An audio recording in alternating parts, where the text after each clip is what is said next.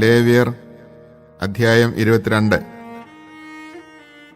കർത്താവ് മോശയോട് കൽപ്പിച്ചു, ഇസ്രായേൽ ജനം എനിക്ക് സമർപ്പിക്കുന്ന വിശുദ്ധ വസ്തുക്കളെ ആദരപൂർവ്വം സമീപിക്കുകയും അങ്ങനെ എൻ്റെ പരിശുദ്ധ നാമത്തെ അശുദ്ധമാക്കാതിരിക്കുകയും ചെയ്യുവിൻ എന്ന് അഹറോനോടും സന്തതികളോടും പറയുക. ഞാനാണ് കർത്താവ്.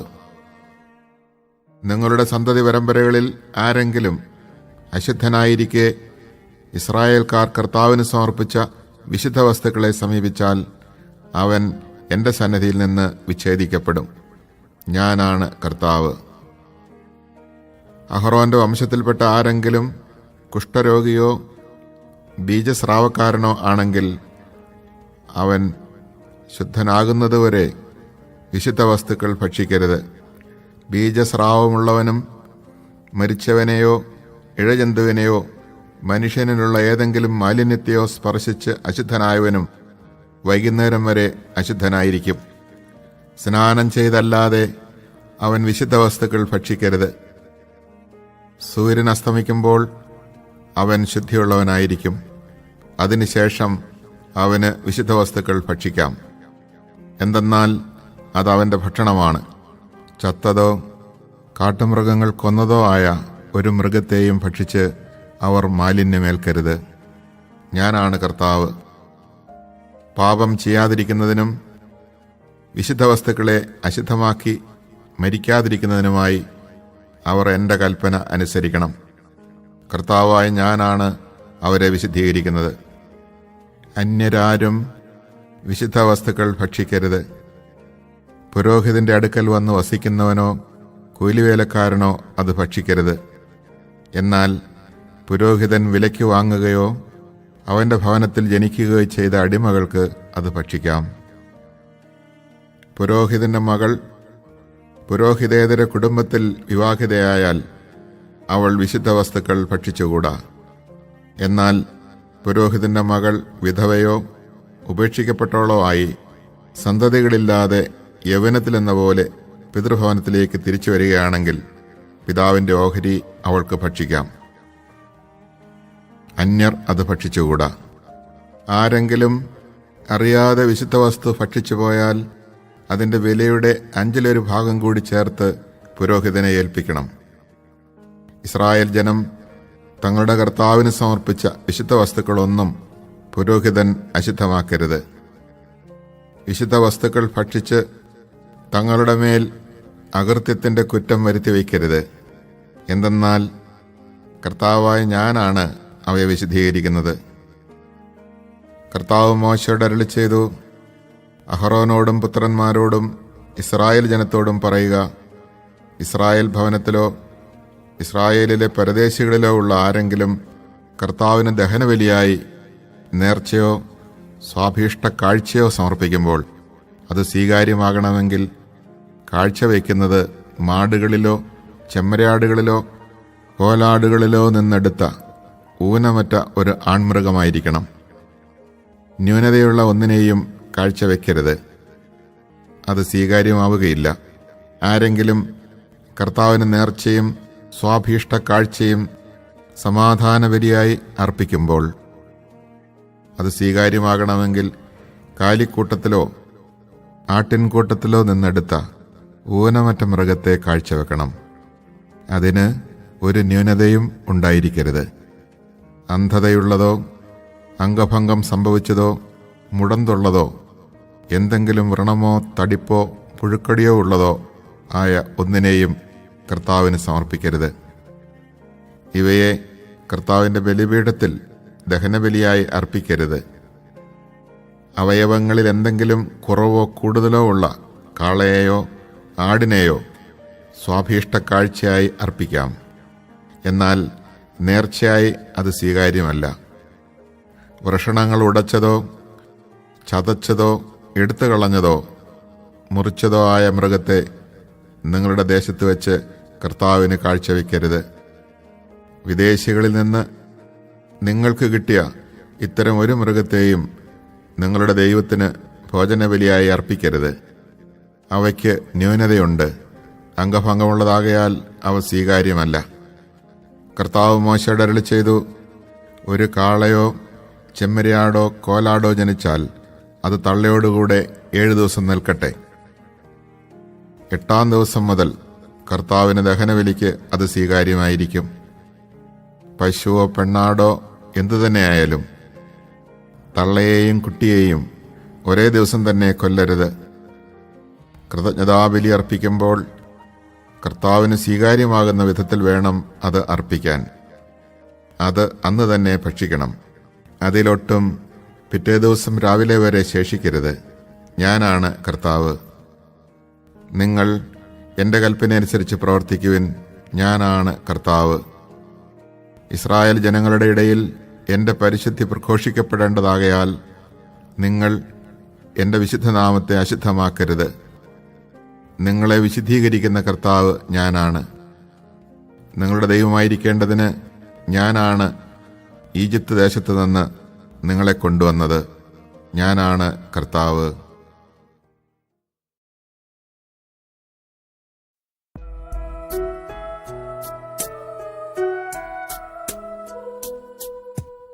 ലേവ്യർ അധ്യായം 23.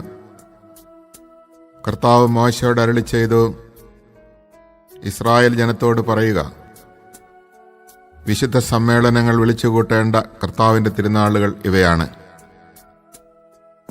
6 ദിവസം നിങ്ങൾ ജോലി ചെയ്യണം. 7-ാം ദിവസം സമ്പൂർണ്ണ വിശ്രമത്തിനും വിശുദ്ധ സമ്മേളനത്തിനുമുള്ള സാബത്താണ്. അന്ന് നിങ്ങൾ ഒരു ജോലിയും ചെയ്യരുത്. നിങ്ങളുടെ സകല വാസസ്ഥലങ്ങളിലും കർത്താവിൻ്റെ സാബത്താണ്. നിശ്ചിത കാലത്ത് നിങ്ങൾ പ്രഖ്യാപിക്കേണ്ട കർത്താവിൻ്റെ തിരുനാളുകൾ വിശുദ്ധ സമ്മേളനങ്ങൾ ഇവയാണ്. 1-ാം മാസം 14-ാം ദിവസം വൈകുന്നേരം കർത്താവിൻ്റെ പെസഹയാണ്. ആ മാസം 15-ാം ദിവസം കർത്താവിനുള്ള പുളിപ്പില്ലാത്ത അപ്പത്തിൻ്റെ തിരുനാൾ. 7 ദിവസം നിങ്ങൾ പുളിപ്പില്ലാത്ത അപ്പം ഭക്ഷിക്കണം. 1-ാം ദിവസം നിങ്ങൾക്ക് വിശുദ്ധ സമ്മേളനത്തിലുള്ളതായിരിക്കണം. അന്ന് നിങ്ങൾ കഠിനാധ്വാനം ചെയ്യരുത്. 7 ദിവസവും നിങ്ങൾ കർത്താവിന് ദഹനബലി അർപ്പിക്കണം. 7-ാം ദിവസം വിശുദ്ധ സമ്മേളനം ഉണ്ടായിരിക്കണം. നിങ്ങൾ കഠിനാധ്വാനം ചെയ്യരുത്. കർത്താവ് മോശയോട് അരുളിച്ചെയ്തു, ഇസ്രായേൽ ജനത്തോട് പറയുക, ഞാൻ നിങ്ങൾക്ക് തരാൻ പോകുന്ന ദേശത്ത് എത്തിച്ചേരുകയും അവിടെ നിങ്ങൾ വിളവെടുക്കുകയും ചെയ്യുമ്പോൾ കൊയ്ത്തിലെ ആദ്യഫലമായ കറ്റ പുരോഹിതന്റെ അടുക്കൽ കൊണ്ടുവരണം. നിങ്ങൾ കർത്താവിന് സ്വീകാര്യരാകാൻ വേണ്ടി ആ കറ്റ പുരോഹിതൻ അവിടുത്തെ മുമ്പിൽ നീരാജനം ചെയ്യണം. സാബത്തിന്റെ പിറ്റേ ദിവസം അവനത് ചെയ്യട്ടെ. കറ്റ കർത്താവിന് നീരാജനമായി അർപ്പിക്കുന്ന ദിവസം തന്നെ 1 വയസ്സുള്ള ഊനമറ്റ ഒരു മുട്ടാടിനെ നിങ്ങൾ അവിടത്തേക്ക് ദഹനബലിയായി സമർപ്പിക്കണം. അതോടൊപ്പമുള്ള ധാന്യബലി എണ്ണ ചേർത്ത 10-2 ഏഫ നേരിയ മാവായിരിക്കണം. അത് സൗരഭ്യമുള്ള ദഹനബലിയായി കർത്താവിന് അർപ്പിക്കണം. പാനീയ ബലിയായി 4-1 ഹിൻ വീഞ്ഞും അർപ്പിക്കണം. നിങ്ങൾ ദൈവത്തിന് ഈ കാഴ്ച സമർപ്പിക്കുന്ന ദിവസം വരെ അപ്പമോ മലരോ കതിരോ ഭക്ഷിക്കരുത്. നിങ്ങളുടെ സകല വാസസ്ഥലങ്ങളിലും എന്നേക്കും തലമുറ തോറുമുള്ള ഒരു നിയമമാണ് ഇത്. സാബത്തിന്റെ പിറ്റേ ദിവസം മുതൽ, അതായത് നീരാജനത്തിനായി കറ്റ കൊണ്ടുവന്ന ദിവസം മുതൽ 7 പൂർണ്ണമായ ആഴ്ചകൾ നിങ്ങൾ കണക്കാക്കണം. 7-ാമത്തെ സാബത്തിന്റെ പിറ്റേ ദിവസം, അതായത് 50-ാം ദിവസം, കർത്താവിന് പുതിയ ധാന്യങ്ങൾ കൊണ്ട് നിങ്ങൾ ധാന്യബലി അർപ്പിക്കണം. നീരാജനത്തിനായി നിങ്ങളുടെ വസതികളിൽ നിന്ന് 10-2 ഏഫ മാവ് കൊണ്ടുണ്ടാക്കിയ 2 അപ്പം കൊണ്ടുവരണം. കർത്താവിന് ആദ്യഫലമായി സമർപ്പിക്കുന്ന അത് നേരിയ മാവ് കൊണ്ടുണ്ടാക്കിയതും പുളിപ്പിച്ചതുമായിരിക്കണം.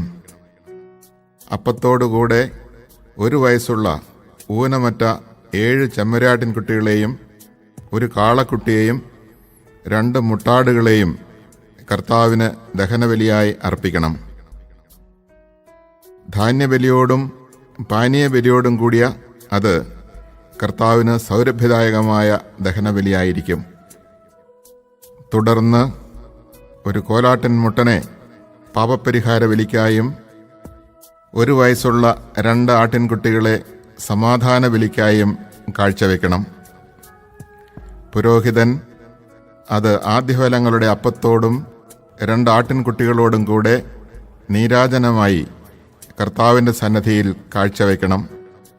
അവ കർത്താവിന് വിശുദ്ധമായിരിക്കും. അവ പുരോഹിതനുള്ളതുമാണ്. അന്ന് തന്നെ നിങ്ങൾ ഒരു വിശുദ്ധ സമ്മേളനം പ്രഖ്യാപിക്കണം. അന്ന് കഠിനാധ്വാനം ചെയ്യരുത്.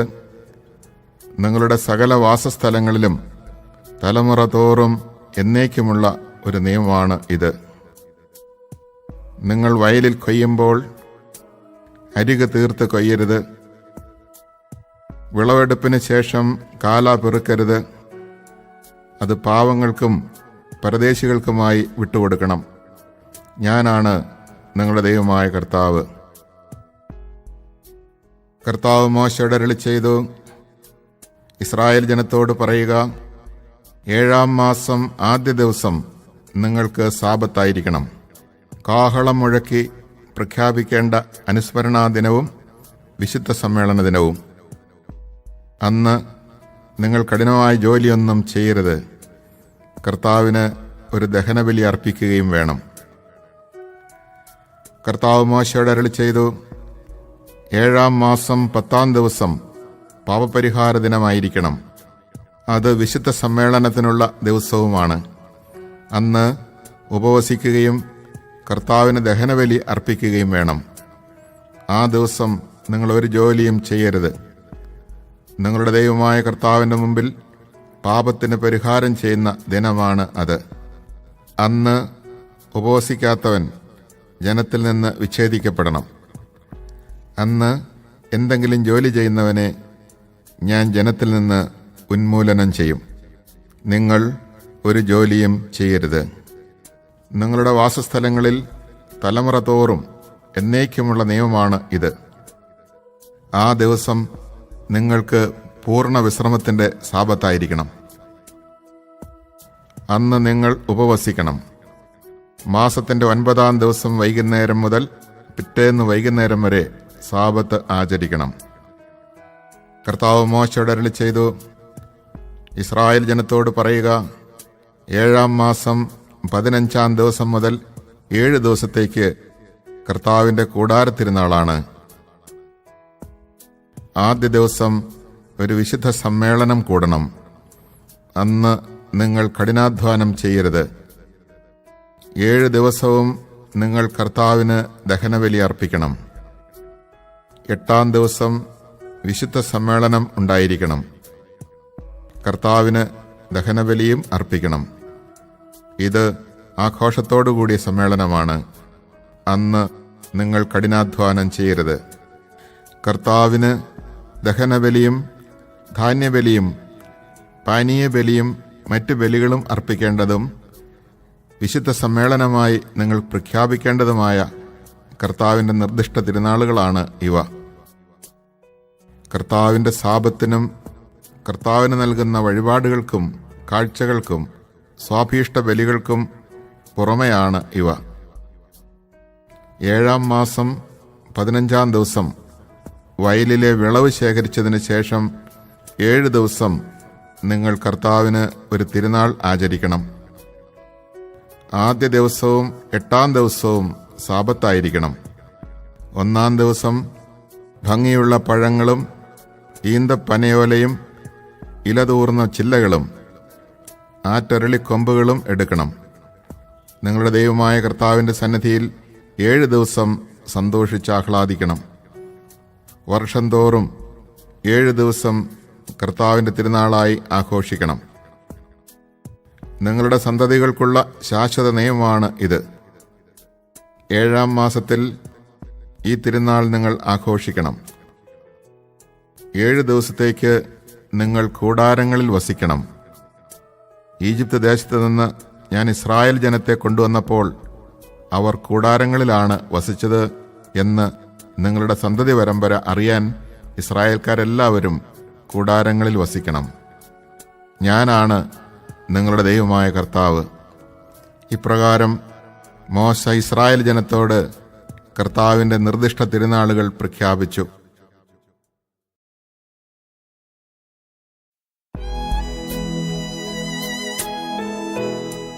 ലേവ്യർ അധ്യായം 24.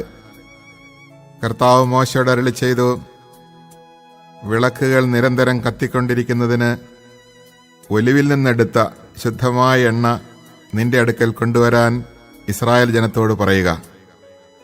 സമാഗമ കൂടാരത്തിൽ സാക്ഷ്യത്തിൻ്റെ തിരശ്ശീലയ്ക്ക് പുറത്ത് പ്രദോഷം മുതൽ പ്രഭാതം വരെ നിരന്തരം കർത്താവിൻ്റെ സന്നിധിയിൽ അഹറോൻ അത് സജ്ജമാക്കി വയ്ക്കണം. നിങ്ങളുടെ തലമുറകൾക്ക് എന്നേക്കുമുള്ള നിയമമാണ് ഇത്. കർത്താവിൻ്റെ സന്നിധിയിൽ ദീപപീഠത്തിന്മേൽ അവൻ ദീപങ്ങൾ നിരന്തരം ഒരുക്കി വയ്ക്കണം. നീ നേരിയ മാവ് കൊണ്ട് 12 അപ്പം ഉണ്ടാക്കണം. ഓരോ അപ്പത്തിനും 10 ഏഫാ മാവ് ഉപയോഗിക്കണം. അവ 6 വീതം 2 നിരകളായി പൊന്മേശയിൽ വയ്ക്കണം. ശുദ്ധമായ കുന്തുരുക്കം ഓരോ നിലയിലും വയ്ക്കണം. കർത്താവിന് അപ്പത്തോടൊപ്പം സ്മരണാംശമായി അഗ്നിയിൽ അർപ്പിക്കാൻ വേണ്ടിയാണ് ഇത്. ഇസ്രായേൽ ജനത്തിനു വേണ്ടി നിത്യമായ ഒരു ഉടമ്പടിയായി സാബത്ത് തോറും മുടക്കം കൂടാതെ അഹറോൻ അത് കർത്താവിൻ്റെ മുമ്പിൽ ക്രമപ്പെടുത്തി വയ്ക്കണം. അത് അഹറോനും അവൻ്റെ പുത്രന്മാർക്കും ഉള്ളതായിരിക്കും. അവർ അത് വിശുദ്ധ സ്ഥലത്ത് വെച്ച് ഭക്ഷിക്കണം. കാരണം അത് കർത്താവിന് അർപ്പിതമായ ദഹനബലിയുടെ അതിവിശുദ്ധമായ അംശവും അവൻ്റെ ശാശ്വത അവകാശവുമാണ്.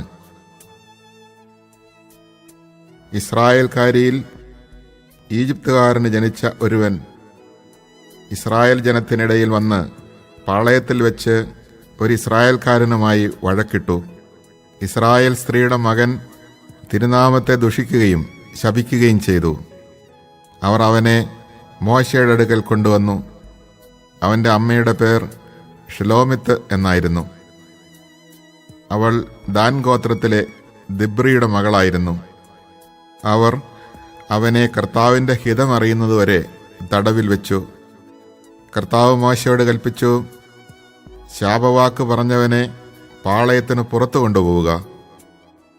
അവൻ പറഞ്ഞത് കേട്ടവരെല്ലാം അവൻ്റെ തലയിൽ കൈവച്ചതിന് ശേഷം ജനം അവനെ കല്ലെറിയട്ടെ. എന്നിട്ട് ഇസ്രായേൽ ജനത്തോട് പറയുക, ദൈവത്തെ ശപിക്കുന്നവൻ തൻ്റെ പാപം വഹിക്കണം. കർത്താവിൻ്റെ നാമം ദുഷിക്കുന്നവനെ കൊന്നുകളയണം. സമൂഹം മുഴുവനും അവനെ കല്ലെറിയണം. സ്വദേശിയോ വിദേശിയോ ആകട്ടെ, കർത്താവിൻ്റെ നാമം ദുഷിക്കുന്ന ഏവനും വധിക്കപ്പെടണം. മനുഷ്യനെ കൊല്ലുന്നവൻ മരണശിക്ഷ അനുഭവിക്കണം. മൃഗത്തെ കൊല്ലുന്നവൻ പകരം മൃഗത്തെ കൊടുക്കണം, ജീവന് പകരം ജീവൻ. അയൽക്കാരനെ അംഗഭംഗപ്പെടുത്തുന്നവനോട് അതുതന്നെ ചെയ്യണം. ഒടിവിന് ഒടിവും കണ്ണിന് കണ്ണും പല്ലിന് പല്ലും പകരം കൊടുക്കണം. മറ്റൊരുവനെ അംഗഭംഗപ്പെടുത്തിയതുപോലെ അവനെയും അംഗഭംഗപ്പെടുത്തണം. മൃഗത്തെ കൊല്ലുന്നവൻ പകരം മൃഗത്തെ കൊടുക്കണം. എന്നാൽ മനുഷ്യനെ കൊല്ലുന്നവനെ കൊന്നുകളയണം. സ്വദേശിക്കും വിദേശിക്കും ഒരേ നിയമം തന്നെ. ഞാനാണ് നിങ്ങളുടെ ദൈവമായ കർത്താവ്. ദൈവദൂഷണം പറഞ്ഞവനെ പാളയത്തിന് പുറത്തു കൊണ്ടുപോയി കല്ലെറിയണമെന്ന് മോശ ഇസ്രായേൽ ജനത്തോട് പറഞ്ഞു. മോശയോട് കർത്താവ് കൽപ്പിച്ചതുപോലെ ഇസ്രായേൽ ജനം പ്രവർത്തിച്ചു.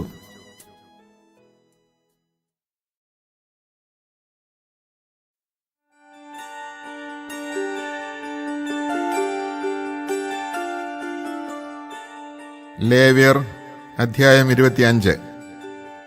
കർത്താവ് സീനായി മലയിൽ വെച്ച് മോശയോട് അരുളി ചെയ്തു, ഇസ്രായേൽ ജനത്തോട് പറയുക, ഞാൻ നിങ്ങൾക്ക് തരാൻ പോകുന്ന ദേശത്ത് നിങ്ങൾ പ്രവേശിക്കുമ്പോൾ ആ ദേശം കർത്താവിനൊരു സാബത്ത് ആചരിക്കണം.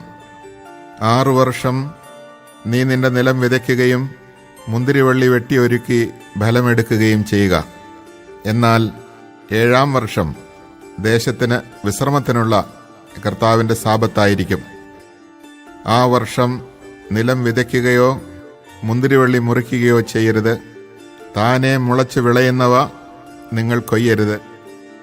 വള്ളികൾ മുറിക്കാത്ത മുന്തിരിത്തോട്ടത്തിലെ പഴം പറിക്കുകയുമരുത്. കാരണം അത് ദേശത്തിൻ്റെ വിശ്രമവർഷമാണ്. ദേശത്തിൻ്റെ സാബത്ത് നിങ്ങൾക്ക് ഭക്ഷണം പ്രദാനം ചെയ്യും.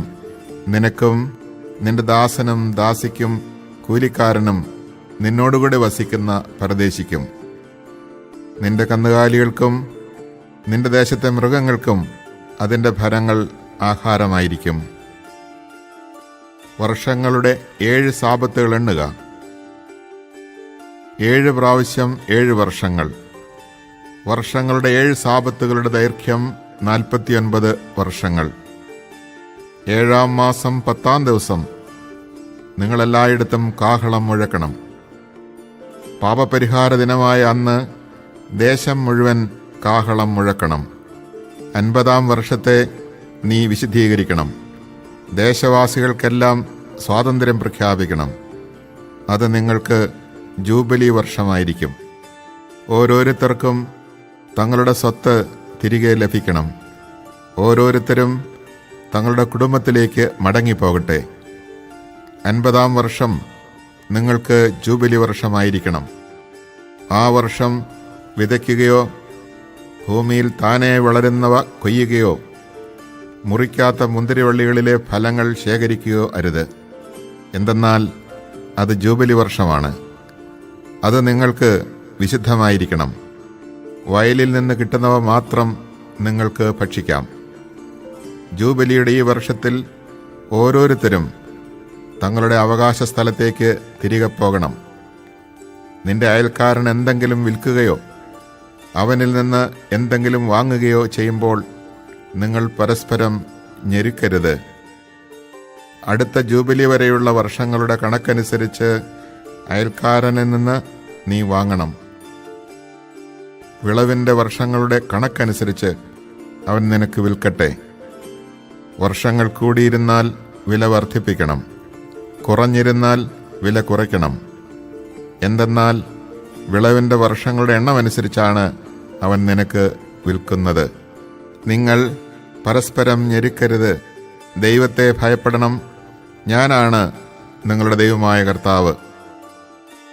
നിങ്ങൾ എൻ്റെ നിയമങ്ങളും കൽപ്പനകളും അനുസരിക്കുകയും അനുഷ്ഠിക്കുകയും ചെയ്യുക. എങ്കിൽ ദേശത്ത് നിങ്ങൾ സുരക്ഷിതരായിരിക്കും. ഭൂമി അതിൻ്റെ ഫലം നൽകും. നിങ്ങൾ തൃപ്തിയാവോളം ഭക്ഷിച്ച് സുരക്ഷിതരായി വസിക്കും. ഞങ്ങൾ 7-ാം വർഷം വിതയ്ക്കുകയും വിളവെടുക്കുകയും ചെയ്യുന്നില്ലെങ്കിൽ എന്ത് ഭക്ഷിക്കും എന്ന് നിങ്ങൾ ചോദിച്ചേക്കാം. 6-ാം വർഷം എൻ്റെ അനുഗ്രഹം ഞാൻ നിങ്ങളുടെ മേൽ ചൊരിയും. 3 വർഷത്തേക്കുള്ള വിളവ് അത് നിങ്ങൾക്ക് പ്രദാനം ചെയ്യും. 8-ാം വർഷം നിങ്ങൾ വിതയ്ക്കുകയും 9-ാം വർഷം വരെ പഴയ ഫലങ്ങളിൽ നിന്ന് ഭക്ഷിക്കുകയും ചെയ്യുക. അതിൻ്റെ ഫലം ലഭിക്കുന്നതുവരെ പഴയതിൽ നിന്ന് ഭക്ഷിക്കുക. നിങ്ങൾ ഭൂമി എന്നേക്കുമായി വിൽക്കരുത്. എന്തെന്നാൽ ഭൂമി എൻ്റേതാണ്. നിങ്ങൾ പരദേശികളും കുടികിടപ്പുകാരുമാണ്. നീ സ്വന്തമാക്കുന്ന ദേശത്ത് ഭൂമി വീണ്ടെടുക്കുവാനുള്ള അവകാശം ഉണ്ടായിരിക്കണം. നിന്റെ സഹോദരൻ ദരിദ്രനായി തീർന്ന് തൻ്റെ അവകാശത്തിൽ ഒരു ഭാഗം വിറ്റാൽ അടുത്ത ചാർച്ചക്കാരൻ അത് വീണ്ടെടുക്കണം. എന്നാൽ വീണ്ടെടുക്കാൻ അവൻ ആരുമില്ലാതിരിക്കുകയും പിന്നീട് സമ്പന്നനായി വീണ്ടെടുക്കാൻ അവന് കഴിവുണ്ടാവുകയും ചെയ്താൽ അത് വിറ്റതിന് ശേഷമുള്ള വർഷങ്ങൾ കണക്കാക്കി വാങ്ങിയവന് അധിക തുക തിരികെ കൊടുത്ത് അവന് തൻ്റെ അവകാശവസ്തു വീണ്ടെടുക്കാം. എന്നാൽ അത് വീണ്ടെടുക്കാൻ അവന് കഴിവില്ലെങ്കിൽ വിറ്റുപോയ വസ്തു വാങ്ങിയവൻ്റെ കൈവശം ജൂബിലി വർഷം വരെ ഇരിക്കട്ടെ. ജൂബിലി വർഷം അവൻ അതിൽ നിന്ന് ഒഴിഞ്ഞു കൊടുക്കുകയും ഉടമസ്ഥൻ തൻ്റെ അവകാശത്തിലേക്ക് മടങ്ങി വരികയും ചെയ്യട്ടെ. മതിലുകളാൽ ചുറ്റപ്പെട്ട പട്ടണത്തിലുള്ള തൻ്റെ വീട് ഒരാൾ വിറ്റാൽ 1 വർഷത്തിനകം തിരിച്ചെടുക്കാം. വീണ്ടെടുക്കാൻ 1 വർഷത്തെ സാവകാശമുണ്ട്.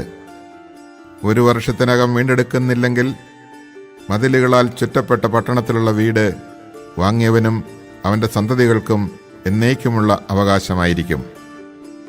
ജൂബിലി വർഷത്തിൽ അത് ഒഴിഞ്ഞുകൊടുക്കേണ്ടതില്ല.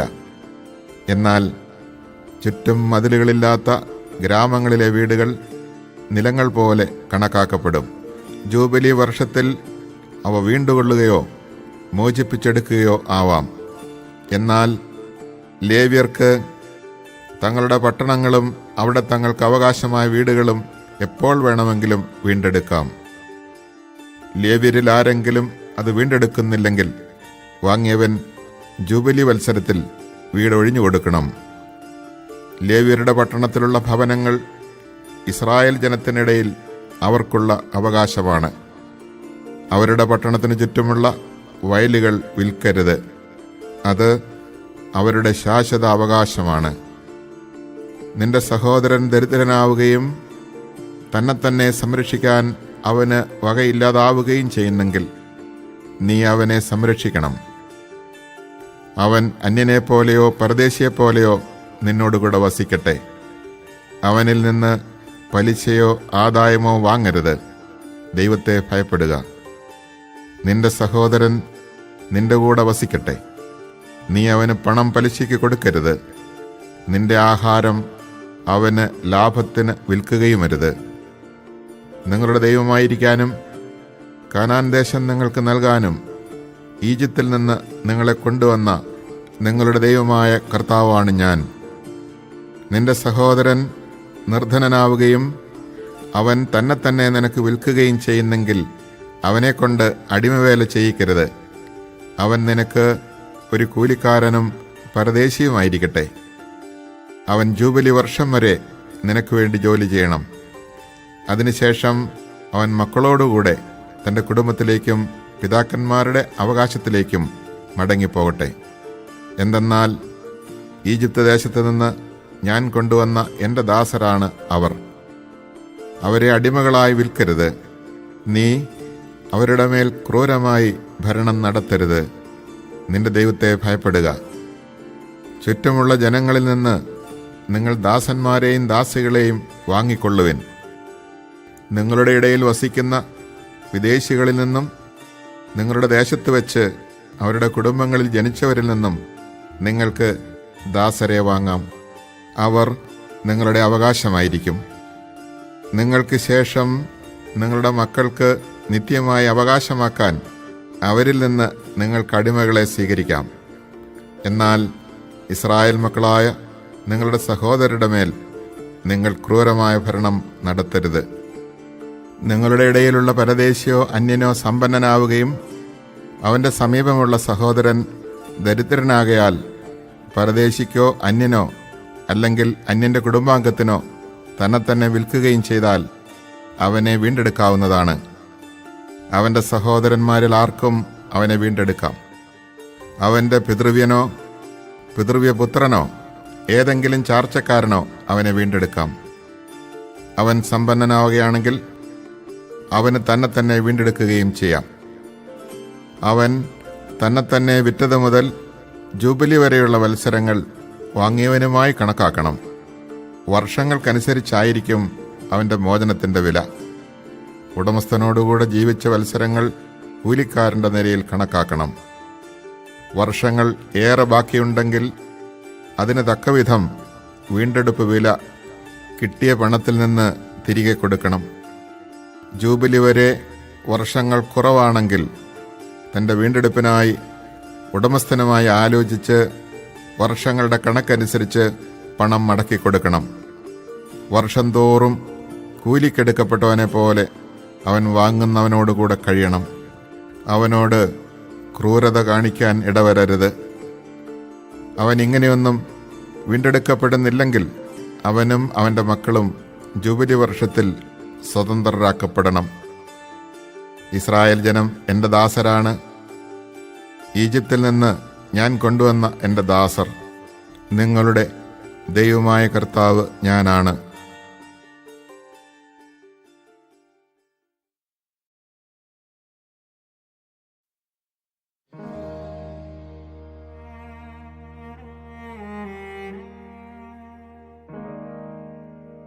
ലേവ്യർ അധ്യായം 26.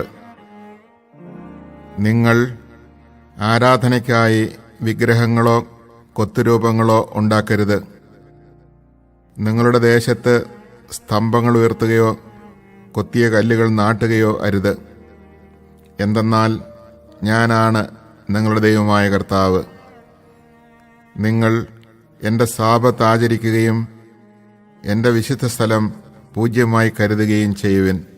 ഞാനാണ് കർത്താവ്. നിങ്ങൾ എൻ്റെ നിയമങ്ങൾ അനുസരിക്കുകയും കൽപ്പനകൾ പാലിക്കുകയും ചെയ്യുമെങ്കിൽ ഞാൻ യഥാകാലം നിങ്ങൾക്ക് മഴ തരും, ഭൂമി വിളവുകൾ വർദ്ധിപ്പിക്കുകയും വൃക്ഷങ്ങൾ ഫലം നൽകുകയും ചെയ്യും. നിങ്ങളുടെ കറ്റമെതിക്കൽ മുന്തിരിപ്പഴം പറിക്കുന്ന കാലം വരെയും മുന്തിരിപ്പഴം പറിക്കുന്ന കാലം വിതയ്ക്കുന്ന കാലം വരെയും നീണ്ടു നിൽക്കും. നിങ്ങൾ തൃപ്തിയാവോളം ഭക്ഷിച്ച് നിങ്ങളുടെ ദേശത്ത് സുരക്ഷിതരായി വസിക്കും. ഞാൻ നിങ്ങളുടെ നാട്ടിൽ സമാധാനം സ്ഥാപിക്കും. നിങ്ങൾ സ്വൈര്യമായി വസിക്കും.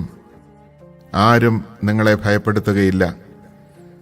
ഞാൻ നാട്ടിൽ നിന്ന് ദുഷ്ടമൃഗങ്ങളെ ഓടിച്ചു കളയും. നിങ്ങളുടെ ദേശത്തുകൂടെ വാൾ കടന്നു പോവുകയില്ല. ശത്രുക്കളെ നിങ്ങൾ തുരത്തും. അവർ നിങ്ങളുടെ മുമ്പിൽ വാളിനിരയാകും. നിങ്ങൾ 5 പേർ 100 പേരെയും 100 പേർ 10,000 പേരെയും ഓടിക്കും. ശത്രുക്കൾ നിങ്ങളുടെ മുൻപിൽ വാളിനിരയാകും. ഞാൻ നിങ്ങളെ കടാക്ഷിക്കുകയും സന്താനപുഷ്ടി നൽകി നിങ്ങളെ വർദ്ധിപ്പിക്കുകയും ചെയ്യും. നിങ്ങളുമായി ഞാൻ എൻ്റെ ഉടമ്പടി ഉറപ്പിക്കും. നിങ്ങൾ പഴയ ശേഖരങ്ങളിൽ നിന്ന് ധാന്യങ്ങൾ ഭക്ഷിക്കുകയും പുതിയതിനു വേണ്ടി പഴയതിനെ മാറ്റിക്കളയുകയും ചെയ്യും. ഞാൻ എൻ്റെ കൂടാരം നിങ്ങളുടെ ഇടയിൽ സ്ഥാപിക്കും. ഞാൻ നിങ്ങളെ ഉപേക്ഷിക്കുകയില്ല. ഞാൻ നിങ്ങളുടെ ഇടയിൽ സഞ്ചരിക്കും. ഞാൻ നിങ്ങളുടെ ദൈവവും നിങ്ങൾ എൻ്റെ ജനവുമായിരിക്കും. നിങ്ങൾ ഈജിപ്തുകാരുടെ അടിമകളായി തുടരാതിരിക്കാൻ അവരുടെ ദേശത്തു നിന്ന് നിങ്ങളെ കൊണ്ടുവന്ന നിങ്ങളുടെ ദൈവമായ കർത്താവാണ് ഞാൻ. നിങ്ങൾ നിവർന്നു നടക്കേണ്ടതിന് നിങ്ങളുടെ നുകത്തിൻ്റെ കെട്ടുകൾ ഞാൻ പൊട്ടിച്ചു.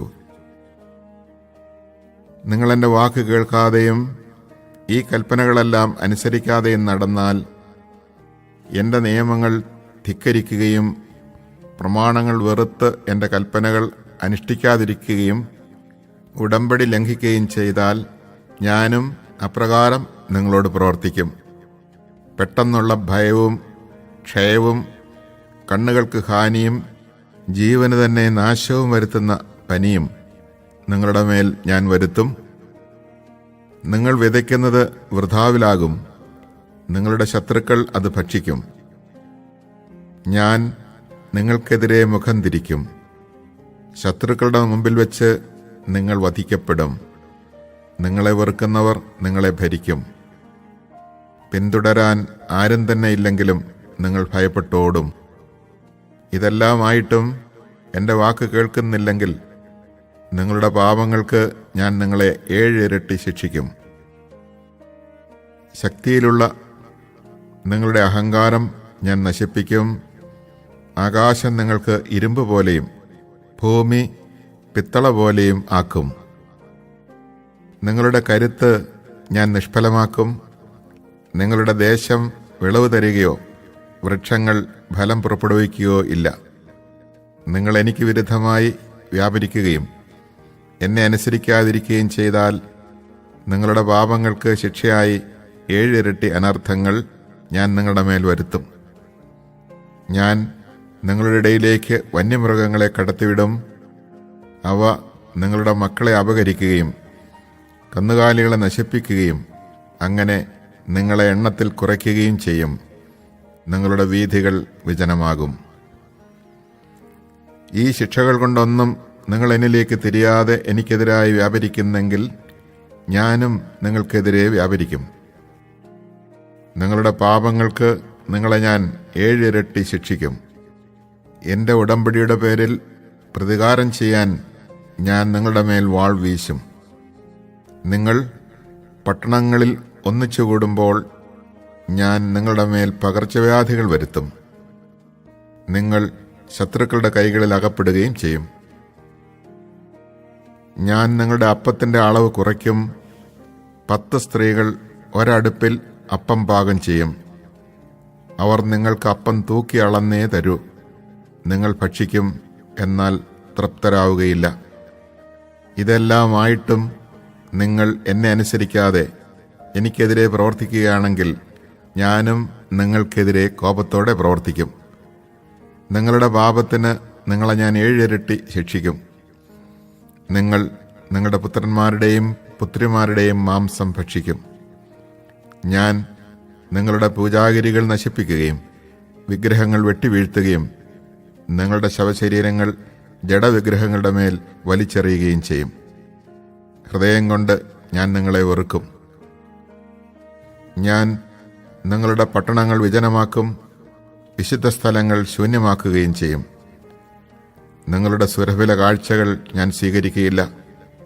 നിങ്ങളുടെ ദേശം ഞാൻ ശൂന്യമാക്കും. അവിടെ വസിക്കുന്ന നിങ്ങളുടെ ശത്രുക്കൾ അതിനെപ്പറ്റി ആശ്ചര്യപ്പെടും. ജനങ്ങളുടെ ഇടയിൽ ഞാൻ നിങ്ങളെ ചിതറിക്കും. ഊരിയ വാളോടെ നിങ്ങളെ പിന്തുടരും. നിങ്ങളുടെ ദേശം ശൂന്യവും പട്ടണം വിജനവുമാക്കും. നിങ്ങൾ ശത്രുക്കളുടെ ദേശങ്ങളിലായിരിക്കുമ്പോൾ ശൂന്യമായ നിങ്ങളുടെ നാട് അതിൻ്റെ സാപത്തിൽ സന്തോഷിക്കും. അത് വിശ്രമിക്കുകയും സാപത്ത് ആചരിക്കുകയും ചെയ്യും. ശൂന്യമായി കിടക്കുന്നിടത്തോളം കാലം അത് വിശ്രമിക്കും. നിങ്ങൾ അവിടെ വസിച്ചിരുന്നപ്പോൾ സാപത്തുകളിൽ അതിന് വിശ്രമം ലഭിച്ചില്ലല്ലോ. ശത്രുദേശങ്ങളിൽ അവശേഷിച്ചിരിക്കുന്നവരുടെ ഹൃദയങ്ങളിൽ ഞാൻ ഭയം ജനിപ്പിക്കും. പിറകിൽ ഇല അനങ്ങുന്നത് കേൾക്കുമ്പോൾ വാളിൽ നിന്ന് ഓടി രക്ഷപ്പെടുന്നവനെ പോലെ അവർ ഓടും. ആരും പിന്തുടരുന്നില്ലെങ്കിലും അവർ നിലംപതിക്കും. ആരും പിന്തുടരുന്നില്ലെങ്കിൽ തന്നെ വാളിൽ നിന്ന് ഓടി രക്ഷപ്പെടുമ്പോഴെന്ന പോലെ ഒരുവൻ മറ്റൊരുവൻ്റെ മേൽ വീഴും. ശത്രുക്കളുടെ മുമ്പിൽ നിൽക്കുവാൻ നിങ്ങൾക്ക് ശക്തി ഉണ്ടായിരിക്കുകയില്ല. ജനതകളുടെ ഇടയിൽ നിന്ന് നിങ്ങൾ അറ്റുപോകും. ശത്രുക്കളുടെ രാജ്യം നിങ്ങളെ വിഴുങ്ങിക്കളയും. ശേഷിക്കുന്നവർ അവരുടെ ദുഷ്കൃത്യങ്ങൾ നിമിത്തം ശത്രു രാജ്യത്ത് വെച്ച് നശിച്ചു പോകും. അവരുടെ പിതാക്കന്മാരുടെ ദുഷ്കർമ്മങ്ങൾ നിമിത്തവും അവർ അവരെ പോലെ നശിച്ചു പോകും. അവർ എന്നോട് കാണിച്ച അവിശ്വസ്തതയും എനിക്കെതിരായി പ്രവർത്തിച്ച തിന്മകളും ഏറ്റുപറയട്ടെ. എനിക്കെതിരായി ചരിച്ചതിനാൽ ഞാനും അവർക്കെതിരായി ചരിക്കുകയും അവരെ ശത്രുക്കളുടെ ദേശത്തേക്ക് കൊണ്ടുപോവുകയും ചെയ്തു. തങ്ങളുടെ അപരിച്ഛേദിതമായ ഹൃദയം വിനീതമാക്കി പ്രായശ്ചിത്തം അനുഷ്ഠിച്ചാൽ ഞാൻ യാക്കോബിനോടും യിസ്ഹാക്കിനോടും അബ്രാഹത്തിനോടും ചെയ്ത ഉടമ്പടി ഓർക്കുകയും ദേശത്തെ അനുസ്മരിക്കുകയും ചെയ്യും. അവർ ഒഴിഞ്ഞു പോവുക നിമിത്തം പാഴായി കിടക്കുമ്പോൾ നാട് അതിൻ്റെ സാപത്തിൽ സന്തോഷിക്കും. അവർ തങ്ങളുടെ അകൃത്യങ്ങൾക്ക് പരിഹാരം ചെയ്യണം. എന്തെന്നാൽ അവർ എൻ്റെ നിയമങ്ങൾ അവഗണിച്ചു. അവരുടെ ഹൃദയം എൻ്റെ കൽപ്പനകളെ നിരസിച്ചു. ഇതെല്ലാമാണെങ്കിലും ശത്രുദേശത്തായിരിക്കുമ്പോൾ ഞാൻ അവരെ പരിപൂർണമായി തള്ളിക്കളയുകയോ അവരോടുള്ള ഉടമ്പടി ലംഘിക്കുന്ന വിധത്തിൽ അവരെ വെറുക്കുകയോ നശിപ്പിക്കുകയോ ചെയ്യുകയില്ല. എന്തെന്നാൽ ഞാൻ അവരുടെ ദൈവമായ കർത്താവാണ്. ഞാൻ ജനതകൾ കാൺകെ ഈജിപ്ത് ദേശത്ത് നിന്ന് കൊണ്ടുവന്ന അവരുടെ പിതാക്കന്മാരോട് ചെയ്ത ഉടമ്പടി അവരെ പ്രതി അനുസ്മരിക്കും. അങ്ങനെ ഞാൻ അവരുടെ ദൈവമായിരിക്കും. ഞാനാണ് കർത്താവ്. സീനായി മലമുകളിൽ വെച്ച് കർത്താവ് ഇസ്രായേൽ ജനവുമായി മോശ വഴി ഉറപ്പിച്ച ഉടമ്പടിയുടെ നിയമങ്ങളും ചട്ടങ്ങളും പ്രമാണങ്ങളുമാണ് ഇവയെല്ലാം.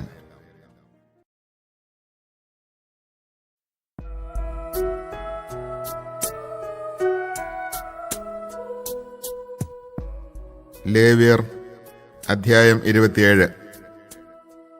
കർത്താവ് മോശയോട് അരുളി ചെയ്തു, ഇസ്രായേൽ ജനത്തോട് പറയുക, വ്യക്തികളെ കർത്താവിന് നേരുകയാണെങ്കിൽ അവരുടെ വില നിശ്ചയിക്കേണ്ടത് ഇപ്രകാരമാണ്. 20-നും 60-നും മധ്യേ പ്രായമുള്ള പുരുഷനാണെങ്കിൽ അവൻ്റെ മൂല്യം വിശുദ്ധ മന്ദിരത്തിലെ നിരക്കനുസരിച്ച് 50 ഷെക്കൽ വെള്ളിയായിരിക്കണം. സ്ത്രീയാണെങ്കിൽ 30 ഷെക്കലും. 5 വയസ്സിനും 20 വയസ്സിനും മധ്യയാണെങ്കിൽ പുരുഷന് 20 ഷെക്കലും സ്ത്രീക്ക് 10 ഷെക്കലുമായിരിക്കണം മൂല്യം. 1 മാസം മുതൽ 5 വർഷം വരെയാണ് പ്രായമെങ്കിൽ ആൺകുട്ടിക്ക് 5 ഷെക്കൽ വെള്ളിയും പെൺകുട്ടിക്ക് 3 ഷെക്കൽ വെള്ളിയുമായിരിക്കണം. 60 അതിൽ കൂടുതലോ ആണ് പ്രായമെങ്കിൽ പുരുഷന് 15 ഷെക്കലും സ്ത്രീക്ക് 10 ഷെക്കലുമായിരിക്കണം. നിന്റെ മൂല്യനിർണയത്തിനനുസരിച്ച് നൽകാൻ കഴിയാത്ത വിധം ഒരാൾ ദരിദ്രനാണെങ്കിൽ അവൻ പുരോഹിതന്റെ മുമ്പിൽ ഹാജരാകണം. പുരോഹിതൻ അവന്റെ വില നിശ്ചയിക്കട്ടെ. നേർന്നവന്റെ കഴിവിനനുസരിച്ച് പുരോഹിതൻ അവന് വില നിശ്ചയിക്കട്ടെ. കർത്താവിന് ബലിയർപ്പിക്കാവുന്ന മൃഗത്തെയാണ് കർത്താവിന് നേരുന്നതെങ്കിൽ ആര് നേർന്നാലും അത് വിശുദ്ധമായിരിക്കും. അവൻ മറ്റൊന്നിനെ അതിന് പകരമാക്കുകയോ മറ്റൊന്നുമായി വച്ചു മാറുകയോ ചെയ്യരുത്. നല്ലതിന് പകരം ചീത്തയെയോ ചീത്തയ്ക്ക് പകരം നല്ലതിനെയോ വെച്ചു മാറരുത്. ഒരു മൃഗത്തെ മറ്റൊരു മൃഗവുമായി വെച്ചു മാറുന്നെങ്കിൽ രണ്ടും കർത്താവിനുള്ളതായിരിക്കും. കർത്താവിന് ബലിയർപ്പിക്കുവാൻ കൊള്ളാത്ത അശുദ്ധ മൃഗത്തെയാണ് നേർന്നിട്ടുള്ളതെങ്കിൽ അതിനെ പുരോഹിതന്റെ അടുക്കൽ കൊണ്ടുവരണം. നല്ലതോ ചീത്തയോ എന്ന് നോക്കി പുരോഹിതൻ അതിന് മൂല്യം നിർണയിക്കട്ടെ. പുരോഹിതന്റെ മൂല്യനിർണയം അന്തിമമായിരിക്കും. എന്നാൽ അതിനെ വീണ്ടെടുക്കുവാൻ ആഗ്രഹിക്കുന്നെങ്കിൽ നിർണയിച്ച മൂല്യത്തോടൊപ്പം അതിൻ്റെ 5 കൂടി നൽകണം. ഒരുവൻ തൻ്റെ ഭവനം വിശുദ്ധമായിരിക്കുവാൻ വേണ്ടി കർത്താവിന് പ്രതിഷ്ഠിക്കുകയാണെങ്കിൽ പുരോഹിതൻ അത് നല്ലതോ ചീത്തയോ എന്ന് നിർണയിക്കട്ടെ. പുരോഹിതന്റെ മൂല്യനിർണയം അന്തിമമായിരിക്കും. വീട് പ്രതിഷ്ഠിച്ചവൻ അത് വീണ്ടെടുക്കുവാൻ ആഗ്രഹിക്കുന്നെങ്കിൽ നിർണയിക്കപ്പെട്ട വിലയോടൊപ്പം അതിൻ്റെ 5 കൂടി പണമായി നൽകണം. അപ്പോൾ വീട് അവൻ്റേതാകും. ഒരാൾ തനിക്ക് അവകാശമായി ലഭിച്ച വസ്തുവിൽ ഒരു ഭാഗം കർത്താവിന് സമർപ്പിക്കുകയാണെങ്കിൽ അതിനു വേണ്ട വിത്തിൻ്റെ കണക്കനുസരിച്ചായിരിക്കണം മൂല്യനിർണയം. ഒരു ഓമർ യവം വിതയ്ക്കാവുന്ന നിലത്തിന് 50 ഷെക്കൽ വെള്ളിയായിരിക്കണം വില. ജൂബിലി വർഷം തുടങ്ങുന്ന നാൾ മുതൽ ഒരുവൻ തൻ്റെ വയൽ സമർപ്പിക്കുകയാണെങ്കിൽ അതിൻ്റെ വില നീ നിശ്ചയിക്കുന്നത് തന്നെ. എന്നാൽ അവൻ ജൂബിലിക്ക് ശേഷമാണ് വയൽ സമർപ്പിക്കുന്നതെങ്കിൽ അടുത്ത ജൂബിലി വരെ എത്ര വർഷമുണ്ടെന്ന് കണക്കാക്കി അതനുസരിച്ച് പുരോഹിതൻ മൂല്യനിർണയം നടത്തണം. അത് നീ നിർണയിച്ച മൂല്യത്തിൽ നിന്ന് കുറയ്ക്കണം. സമർപ്പിച്ച വയൽ വീണ്ടെടുക്കാൻ ഒരാൾ ആഗ്രഹിക്കുന്നെങ്കിൽ നിർണയിച്ച മൂല്യത്തോടൊപ്പം അതിൻ്റെ 5 കൂടി നൽകണം. അപ്പോൾ അത് അവൻ്റേതാകും. എന്നാൽ അവൻ തൻ്റെ വയൽ വീണ്ടെടുക്കാതിരിക്കുകയോ അത് മറ്റൊരുവന് വിൽക്കുകയോ ചെയ്താൽ പിന്നീട് ഒരിക്കലും വീണ്ടെടുക്കാവുന്നതല്ല. അത് ജൂബിലി വത്സരത്തിൽ സ്വതന്ത്രമാകുമ്പോൾ സമർപ്പിത വസ്തു പോലെ കർത്താവിനുള്ളതായിരിക്കും. അതിൻ്റെ അവകാശി പുരോഹിതനാണ്. പൂർവികരിൽ നിന്ന് അവകാശമായി ലഭിച്ചതല്ലാതെ വിലയ്ക്ക് വാങ്ങിയ വയൽ ഒരാൾ കർത്താവിന് സമർപ്പിക്കുകയാണെങ്കിൽ ജൂബിലി വരെയുള്ള വർഷങ്ങൾ കണക്കാക്കി പുരോഹിതൻ വില നിശ്ചയിക്കണം. അന്ന് തന്നെ അവൻ അതിൻ്റെ വില വിശുദ്ധ വസ്തുവായി കർത്താവിന് നൽകണം. വയൽ പിന്തുടർച്ചാവകാശമായി ആരുടേതായിരുന്നുവോ അവനിൽ നിന്ന് വാങ്ങിയവൻ ജൂബിലി വത്സരത്തിൽ അത് തിരികെ കൊടുക്കണം. എല്ലാ മൂല്യനിർണയവും വിശുദ്ധ മന്ദിരത്തിലെ ഷെക്കലിൻ്റെ കണക്കനുസരിച്ച് വേണം. 20 ഗേരയാണ് ഒരു ഷെക്കൽ. മൃഗങ്ങളുടെ കടിഞ്ഞൂൽ സന്തതികളെ ആരും വിശുദ്ധീകരിക്കേണ്ടതില്ല. അവ കർത്താവിനുള്ളതാണ്. കാളയായാലും ആടായാലും അത് കർത്താവിൻ്റെതാണ്. എന്നാൽ അത് അശുദ്ധ മൃഗമാണെങ്കിൽ നിർണയിക്കപ്പെടുന്ന മൂല്യത്തോടൊപ്പം 1/5 കൂടി കൊടുത്ത് അതിനെ വീണ്ടെടുക്കണം. വീണ്ടെടുത്തില്ലെങ്കിൽ മൂല്യനിർണയം അനുസരിച്ച് വിൽക്കണം. എന്നാൽ കർത്താവിന് നിരുപാധികം സമർപ്പിച്ച യാതൊന്നും, മനുഷ്യനോ മൃഗമോ അവകാശമായി കിട്ടിയ നിലമോ ആകട്ടെ, വിൽക്കുകയോ വീണ്ടെടുക്കുകയോ അരുത്. സമർപ്പിത വസ്തുക്കൾ കർത്താവിന് ഏറ്റവും വിശുദ്ധമാണ്. മനുഷ്യരിൽ നിന്ന് നിർമൂലനം ചെയ്യാൻ ഒഴിഞ്ഞിട്ട ഒരുവനെയും വീണ്ടെടുക്കരുത്. അവനെ കൊന്നുകളയണം. ധാന്യങ്ങളോ വൃക്ഷങ്ങളുടെ ഫലങ്ങളോ ആയി ദേശത്തുള്ളവയുടെ എല്ലാം ദശാംശം കർത്താവിനുള്ളതാണ്. അത് കർത്താവിന് വിശുദ്ധമാണ്. ആരെങ്കിലും ദശാംശത്തിൽ നിന്ന് ഒരു ഭാഗം വീണ്ടെടുക്കുവാൻ ആഗ്രഹിച്ചാൽ അതോടൊപ്പം 1/5 കൂടി കൊടുക്കണം. ആടുമാടുകളുടെ ദശാംശം, ഇടയന്റെ അധീനതയിലുള്ള എല്ലാ മൃഗങ്ങളുടെയും 1/10 കർത്താവിനുള്ളതാണ്. അവ കർത്താവിന് വിശുദ്ധമാണ്. അവ നല്ലതോ ചീത്തയോ എന്ന് അന്വേഷിക്കേണ്ടതില്ല. അവയെ വെച്ചുമാറുകയും അരുത്. അങ്ങനെ ചെയ്താൽ അവയും വെച്ചുമാറിയവയും കർത്താവിനുള്ളതായിരിക്കും. അവയെ വീണ്ടെടുത്തുകൂടാ. ഇസ്രായേൽ ജനത്തിനു വേണ്ടി സീനായി മലമുകളിൽ വെച്ച് കർത്താവ് മോശയ്ക്ക് നൽകിയ കൽപ്പനകളാണ് ഇവ.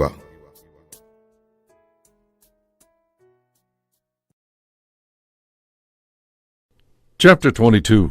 The Lord said to Moses, Tell Aaron and his sons to respect the sacred offerings which the Israelites consecrate to me, else they will profane my holy name. I am the Lord. Tell them, if any one of you or of your descendants in any future generation dares, while he is in a state of uncleanness, to draw near the sacred offerings which the Israelites consecrate to the Lord, such a one shall be cut off from my presence. I am the Lord.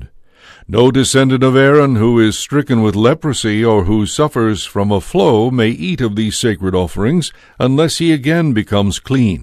Moreover, if anyone touches a person who has become unclean by contact with a corpse, or if anyone has had an emission of seed, or if anyone touches any swarming creature or any man whose uncleanness, of whatever kind it may be, is contagious, the one who touches such as these shall be unclean until evening, and may not eat of the sacred portions until he has first bathed his body in water. Then, when the sun sets, he again becomes clean. Only then may he eat of the sacred offerings, which are his food.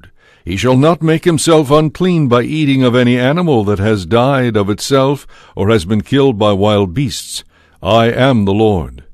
They shall keep my charge, and not do wrong in this matter, else they will die for their profanation.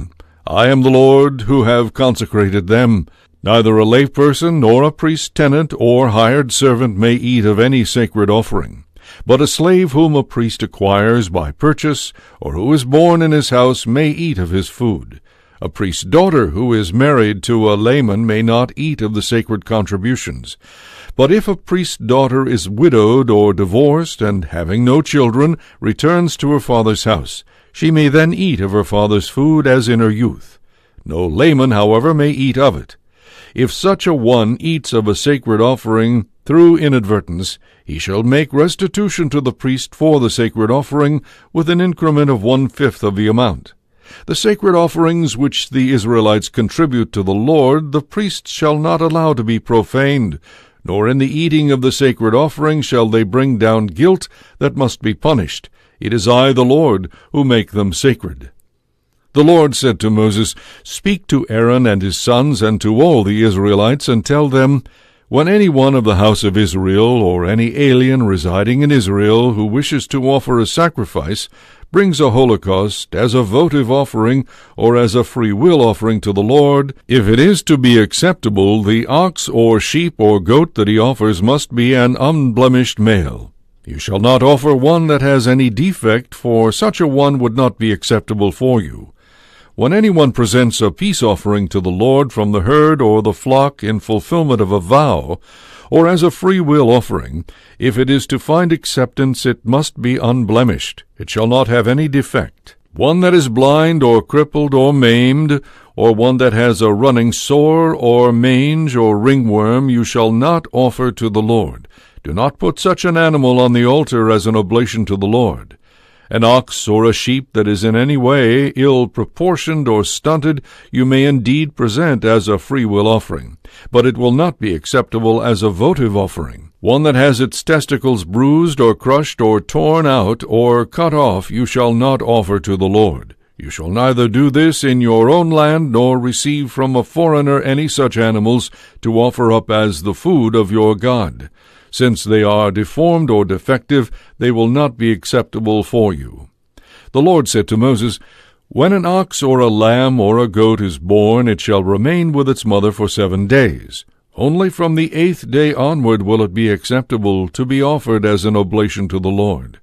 You shall not slaughter an ox or a sheep on one and the same day with its young. Whenever you offer a thanksgiving sacrifice to the Lord, so offer it that it may be acceptable for you. It must therefore be eaten on the same day. None of it shall be left over until the next day. I am the Lord. Be careful to observe the commandments which I, the Lord, give you, and do not profane my holy name. In the midst of the Israelites, I, the Lord, must be held as sacred. It is I who made you sacred and led you out of the land of Egypt, that I, the Lord, might be your God. Chapter 23. The Lord said to Moses, Speak to the Israelites and tell them, The following are the festivals of the Lord, my feast days, which you shall celebrate with a sacred assembly. For 6 days work may be done, but the 7th day is the Sabbath rest, a day for sacred assembly, on which you shall do no work. The Sabbath shall belong to the Lord wherever you dwell. These, then, are the festivals of the Lord, which you shall celebrate at their proper time with a sacred assembly. The Passover of the Lord falls on the 14th day of the first month at the evening twilight. The 15th day of this month is the Lord's feast of unleavened bread. For 7 days you shall eat unleavened bread. On the first of these days you shall hold a sacred assembly and do no sort of work. On each of the 7 days you shall offer an oblation to the Lord. Then on the 7th day you shall again hold a sacred assembly and do no sort of work. The Lord said to Moses, Speak to the Israelites and tell them, When you come into the land which I am giving you, and reap your harvest, you shall bring a sheaf of the first fruits of your harvest to the priest, who shall wave the sheaf before the Lord, that it may be acceptable for you. On the day after the Sabbath the priest shall do this. On this day, when your sheaf is waved, you shall offer to the Lord for a holocaust an unblemished yearling lamb. Its cereal offering shall be 2/10 of an ephah of fine flour mixed with oil, as a sweet-smelling oblation to the Lord, and its libation shall be 1/4 of a hin of wine. Until this day, when you bring your God this offering, you shall not eat any bread, or roasted grain, or fresh kernels. This shall be a perpetual statute for you and your descendants wherever you dwell. Beginning with the day after the Sabbath, the day on which you bring the wave-offering sheaf, you shall count 7 full weeks, and then on the day after the 7th week, the 50th day, you shall present the new cereal offering to the Lord. For the wave offering of your first fruits to the Lord you shall bring with you from wherever you live 2 loaves of bread made of 2/10 of an ephah of fine flour and baked with leaven. Besides the bread, you shall offer to the Lord a holocaust of 7 unblemished yearling lambs, 1 young bull, and 2 rams, along with their cereal offering and libations, as a sweet-smelling oblation to the Lord. 1 male goat shall be sacrificed as a sin offering, and 2 yearling lambs as a peace offering.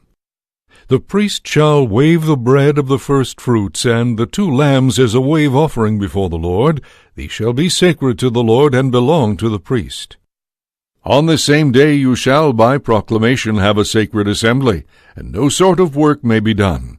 This shall be a perpetual statute for you and your descendants wherever you dwell. When you reap the harvest of your land, you shall not be so thorough that you reap the field to its very edge, nor shall you glean the stray ears of your grain. These things you shall leave for the poor and the alien. I, the Lord, am your God. The Lord said to Moses, Tell the Israelites, On the first day of the 7th month you shall keep a Sabbath rest. With a sacred assembly and with the trumpet blasts as a reminder, you shall then do no sort of work, and you shall offer an oblation to the Lord. The Lord said to Moses, The 10th of this 7th month is the Day of Atonement, when you shall hold a sacred assembly and mortify yourselves and offer an oblation to the Lord. On this day you shall not do any work, because it is the Day of Atonement, when atonement is made for you before the Lord your God. Anyone who does not mortify himself on this day shall be cut off from his people. And if anyone does any work on this day, I will remove him from the midst of his people. This is a perpetual statute for you and your descendants wherever you dwell. You shall do no work, but shall keep a Sabbath of complete rest and mortify yourselves. Beginning on the evening of the 9th of the month, you shall keep this Sabbath of yours from evening to evening. The Lord said to Moses, Tell the Israelites, the 15th day of this 7th month is the Lord's Feast of Booths, which shall continue for 7 days. On the first day there shall be a sacred assembly, and you shall do no sort of work. For 7 days you shall offer an oblation to the Lord, and on the 8th day you shall again hold a sacred assembly, and offer an oblation to the Lord. On that solemn closing you shall do no sort of work. These, therefore, are the festivals of the Lord on which you shall proclaim a sacred assembly, and offer as an oblation to the Lord holocausts and cereal offerings, sacrifices and libations, as prescribed for each day, in addition to those of the Lord's Sabbaths, your donations, your various votive offerings, and the freewill offerings that you present to the Lord. On the 15th day, then, of the 7th month, when you have gathered in the produce of the land, you shall celebrate a pilgrim feast of the Lord for a whole week. The 1st and the 8th day shall be days of complete rest. On the 1st day you shall gather foliage from majestic trees, branches of palms, and boughs of myrtles and of valley poplars, and then for a week you shall make merry before the Lord your God. By perpetual statute for you and your descendants, you shall keep this pilgrim feast of the Lord for 1 whole week in the 7th month of the year. During this week every native Israelite among you shall dwell in booths, that your descendants may realize that, when I led the Israelites out of the land of Egypt, I made them dwell in booths. I, the Lord, am your God. Thus did Moses announce to the Israelites the festivals of the Lord. Chapter 24. The Lord said to Moses, Order the Israelites to bring you clear oil of crushed olives for the light, so that you may keep lamps burning regularly. In the meeting tent, outside the veil that hangs in front of the commandments, Aaron shall set up the lamps to burn before the Lord regularly, from evening till morning. Thus, by a perpetual statute for you and your descendants, the lamps shall be set up on the pure gold lampstand to burn regularly before the Lord. You shall take fine flour and bake it into 12 cakes, using 2/10 of an ephah of flour for each cake. These you shall place in 2 piles, 6 in each pile, on the pure gold table before the Lord. On each pile put some pure frankincense, which shall serve as an oblation to the Lord, a token offering for the bread. Regularly on each Sabbath day this bread shall be set out afresh before the Lord, offered on the part of the Israelites by an everlasting agreement. It shall belong to Aaron and his sons, who must eat it in a sacred place, since as something most sacred among the various oblations to the Lord, it is his by perpetual right. Among the Israelites there was a man born of an Israelite mother, Shelomith, daughter of Dibri, of the tribe of Dan, and an Egyptian father. This man quarreled publicly with another Israelite, and cursed and blasphemed the Lord's name. So the people brought him to Moses, who kept him in custody, till a decision from the Lord should settle the case for them. The Lord then said to Moses, Take the blasphemer outside the camp, and when all who heard him have laid their hands on his head, let the whole community stone him. Tell the Israelites, Anyone who curses his God shall bear the penalty of his sin. Whoever blasphemes the name of the Lord shall be put to death. The whole community shall stone him. Alien and native alike must be put to death for blaspheming the Lord's name. Whoever takes the life of any human being shall be put to death. Whoever takes the life of an animal shall make restitution of another animal, a life for a life. Anyone who inflicts an injury on his neighbor shall receive the same in return. Limb for limb, eye for eye, tooth for tooth. The same injury that a man gives another shall be inflicted on him in return. Whoever slays an animal shall make restitution, but whoever slays a man shall be put to death. You shall have but one rule for alien and native alike. I, the Lord, am your God. When Moses told this to the Israelites, they took the blasphemer outside the camp and stoned him. They carried out the command that the Lord had given Moses. Chapter 25. The Lord said to Moses on Mount Sinai, Speak to the Israelites and tell them, When you enter the land that I am giving you, let the land too keep a Sabbath for the Lord. For 6 years you may sow your field, and for 6 years prune your vineyard, gathering in their produce. But during the 7th year the land shall have a complete rest, a Sabbath for the Lord, when you may neither sow your field nor prune your vineyard. The aftergrowth of your harvest you shall not reap, nor shall you pick the grapes of your untrimmed vines in this year of Sabbath rest for the land. While the land has its Sabbath, all its produce will be food equally for you yourself and for your male and female slaves, for your hired help and the tenants who live with you, and likewise for your livestock and for the wild animals on your land. 7 weeks of years shall you count, 7 times 7 years, so that the 7 cycles amount to 49 years. Then on the 10th day of the 7th month let the trumpet resound.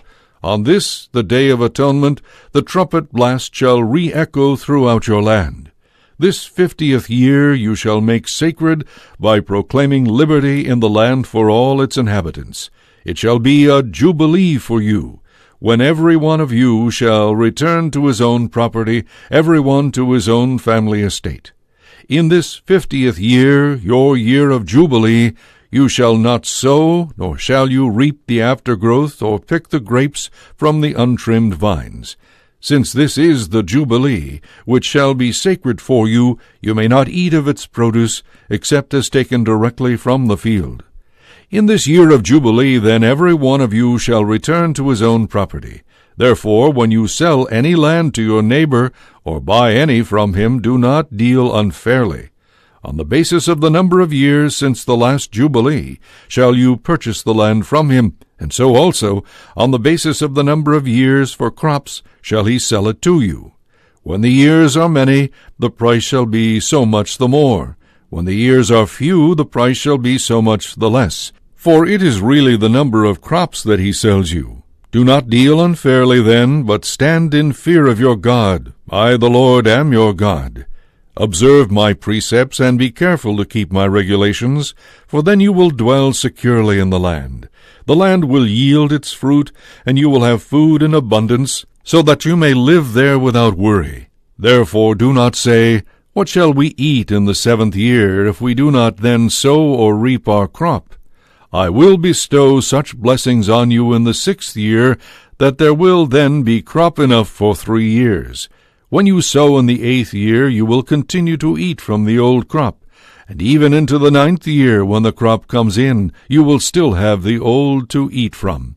The land shall not be sold in perpetuity, for the land is mine, and you are but aliens who have become my tenants.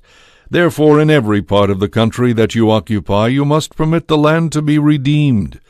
When one of your countrymen is reduced to poverty and has to sell some of his property, his closest relative, who has the right to redeem it, may go and buy back what his kinsman has sold. If, however, the man has no relative to redeem his land, but later on acquires sufficient means to buy it back in his own name, he shall make a deduction from the price in proportion to the number of years since the sale, and then pay back the balance to the one to whom he sold it, so that he may thus regain his own property. But if he does not acquire sufficient means to buy back his land, what he has sold shall remain in the possession of the purchaser until the Jubilee, when it must be released and returned to its original owner. When someone sells a dwelling in a walled town, he has the right to buy it back during the time of 1 full year from its sale. But if such a house in a walled town has not been redeemed at the end of a full year, it shall belong in perpetuity to the purchaser and his descendants, nor shall it be released in the Jubilee. However, houses in villages that are not encircled by walls shall be considered as belonging to the surrounding farmland. They may be redeemed at any time, and in the Jubilee they must be released. In Levitical cities, the Levites shall always have the right to redeem the town houses that are their property. Any town house of the Levites in their cities that had been sold and not redeemed shall be released in the Jubilee. For the town houses of the Levites are their hereditary property in the midst of the Israelites. Moreover, the pasture land belonging to their city shall not be sold at all. It must always remain their hereditary property.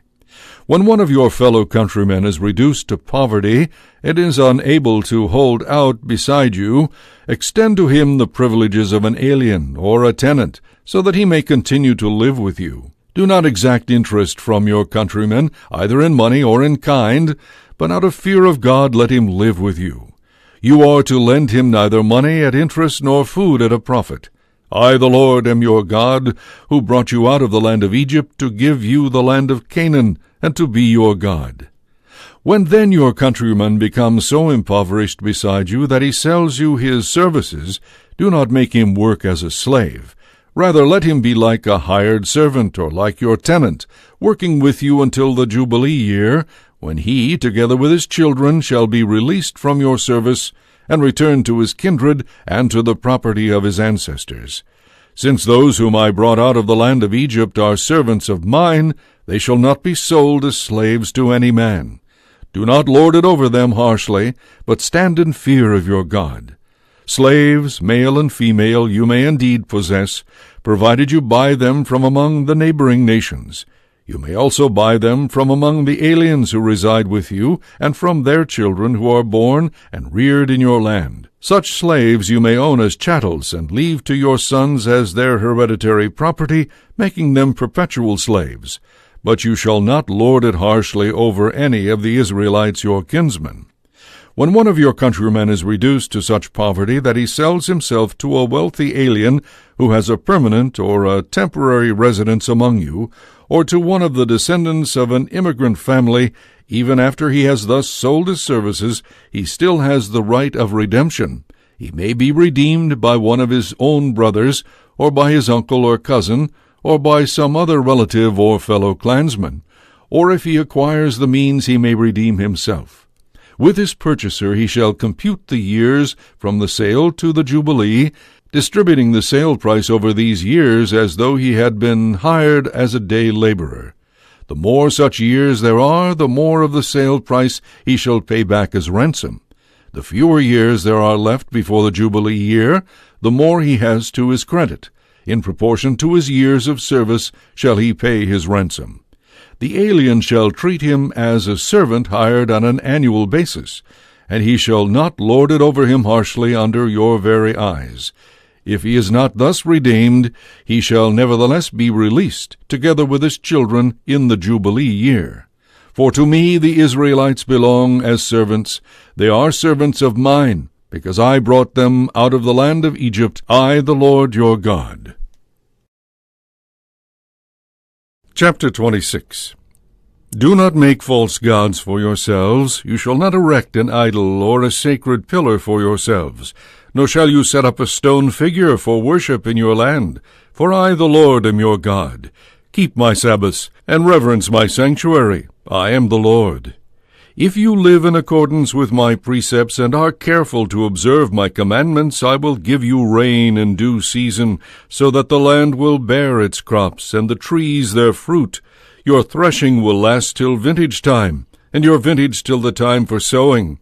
And you will have food to eat in abundance, so that you may dwell securely in your land.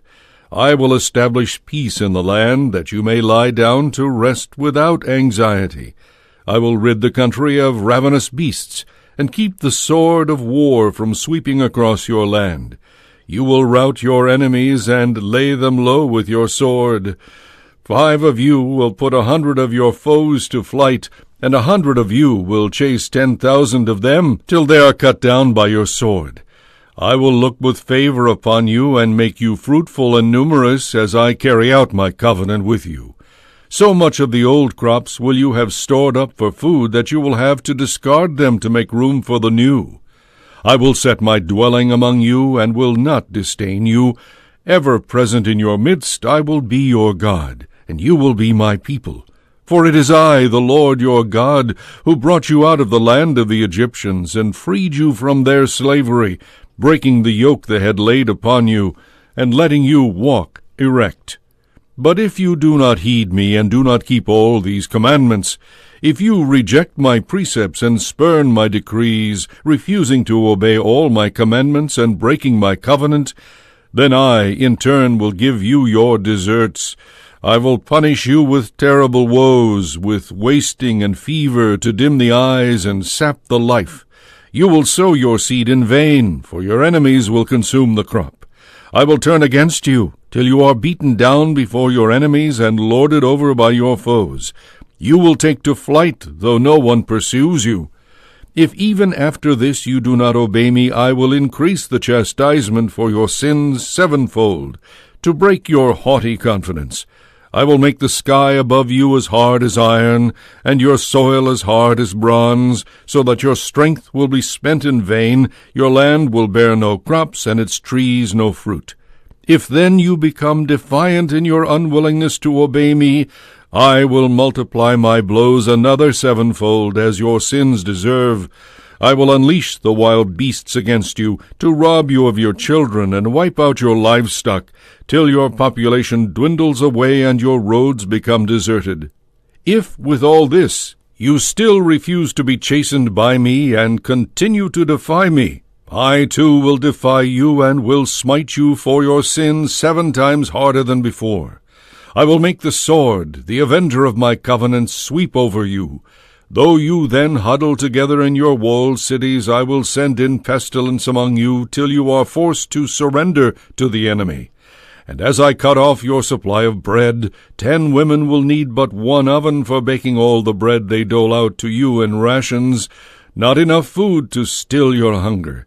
If, despite all this, you still persist in disobeying and defying me, I also will meet you with fiery defiance, and will chastise you with sevenfold, fiercer punishment for your sins, till you begin to eat the flesh of your own sons and daughters. I will demolish your high places, overthrow your incense stands, and cast your corpses on those of your idols. In my abhorrence of you, I will lay waste your cities and devastate your sanctuaries, refusing to accept your sweet-smelling offerings. So devastated will I leave the land that your very enemies who come to live there will stand aghast at the sight of it. You yourselves I will scatter among the nations at the point of my drawn sword, leaving your countryside desolate and your cities deserted. Then shall the land retrieve its lost Sabbaths during all the time it lies waste, while you are in the land of your enemies. Then shall the land have rest and make up for its Sabbaths, during all the time that it lies desolate, enjoying the rest that you would not let it have on the Sabbaths when you lived there. Those of you who survive in the lands of their enemies I will make so faint-hearted that, if leaves rustle behind them, they will flee headlong, as if from the sword, though no one pursues them, stumbling over one another as if to escape a weapon, while no one is after them. So helpless will you be to take a stand against your foes. You will be lost among the Gentiles, swallowed up in your enemies' country. Those of you who survive in the lands of their enemies will waste away for their own and their fathers' guilt. Thus they will have to confess that they and their fathers were guilty of having rebelled against me, and of having defied me, so that I too had to defy them, and bring them into their enemies' land. Then, when their uncircumcised hearts are humbled, and they make amends for their guilt, I will remember my covenant with Jacob, my covenant with Isaac, and my covenant with Abraham. And of the land too I will be mindful. But the land must first be rid of them, that in its desolation it may make up its lost Sabbaths. and that they too may make good the debt of their guilt for having spurned my precepts and abhorred my statutes. Yet even so, even while they are in their enemy's land, I will not reject or spurn them, lest by wiping them out I make void my covenant with them. For I, the Lord, am their God. I will remember them because of the covenant I made with their forefathers, whom I brought out of the land of Egypt under the very eyes of the Gentiles, that I, the Lord, might be their God. These are the precepts, decrees, and laws which the Lord had Moses promulgate on Mount Sinai in the pact between himself and the Israelites. Chapter 27. The Lord said to Moses, Speak to the Israelites and tell them, when anyone fulfills a vow of offering one or more persons to the Lord, who are to be ransomed at a fixed sum of money, for persons between the ages of 20 and 60, the fixed sum in sanctuary shekels shall be 50 silver shekels for a man, and 30 shekels for a woman. For persons between the ages of 5 and 20, the fixed sum shall be 20 shekels for a youth, and 10 for a maiden. For persons between the ages of 1 month and 5 years, the fixed sum shall be 5 silver shekels for a boy, and 3 for a girl.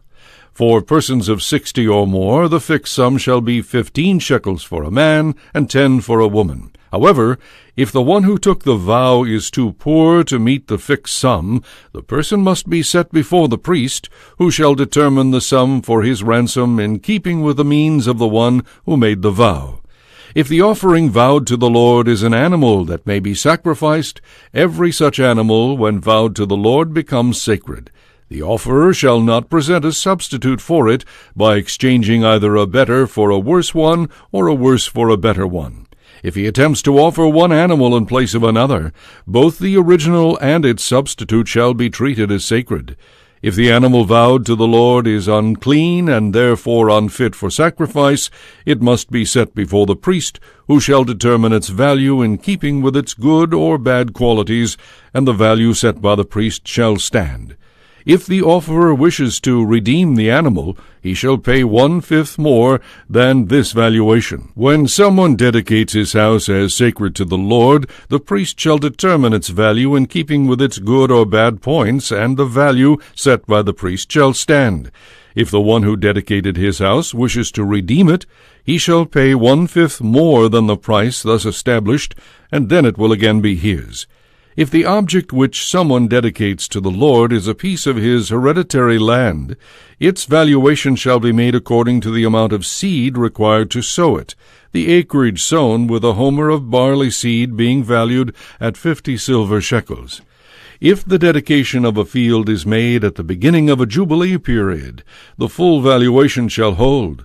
But if it is some time after this, the priest shall estimate its money value according to the number of years left until the next jubilee year, with a corresponding rebate on the valuation.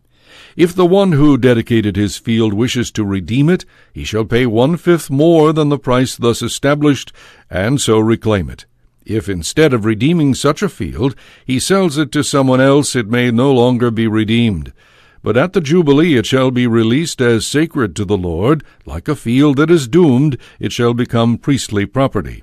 If the field that some man dedicates to the Lord is one he had purchased, and not a part of his hereditary property, the priest shall compute its value in proportion to the number of years until the next Jubilee. And on the same day the price thus established shall be given as sacred to the Lord. At the Jubilee, however, the field shall revert to the hereditary owner of this land, from whom it had been purchased. Every valuation shall be made according to the standard of the sanctuary shekel. There are 20 gerahs to the shekel. Note that a firstborn animal, which as such already belongs to the Lord, may not be dedicated by vow to him. If it is an ox or a sheep, it shall be ceded to the Lord. But if it is an unclean animal, it may be redeemed by paying 1/5 more than its fixed value. If it is not redeemed, it shall be sold at its fixed value. Note also that any one of his possessions which a man vows as doomed to the Lord, whether it is a human being or an animal or a hereditary field, shall be neither sold nor ransomed. Everything that is thus doomed becomes most sacred to the Lord. All human beings that are doomed lose the right to be redeemed. They must be put to death. All tithes of the land, whether in grain from the fields or in fruit from the trees, belong to the Lord as sacred to him. If someone wishes to buy back any of his tithes, he shall pay 1/5 more than their value. The tithes of the herd and the flock shall be determined by ceding to the Lord as sacred every 10th animal as they are counted by the herdsman's rod. It shall not matter whether good ones or bad ones are thus chosen, and no exchange may be made. If any exchange is attempted, both the original animal and its substitute shall be treated as sacred without the right of being bought back. These are the commandments which the Lord gave Moses on Mount Sinai for the Israelites.